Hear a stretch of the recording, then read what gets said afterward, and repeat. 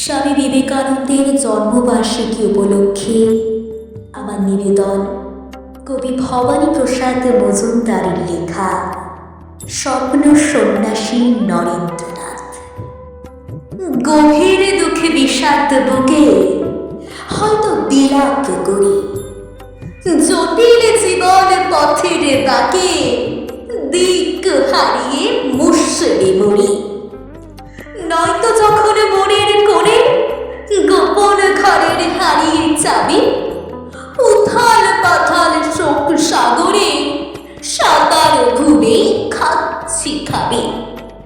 কিংবা নিবিড় দুঃখের রাতে যখন কারুর পায় না সারা, ঠক ঠকা ঠক বুক দরজায় হঠাৎ কে দেয় কড়া নাড়া। তাকিয়ে দেখি সৌমকান্তে একটি যুবক গেরুয়াধারী, দীর্ঘ দেহ ভরাট স্নেহ স্বপ্নচারী চিত্তহারী। বলছে ডেকে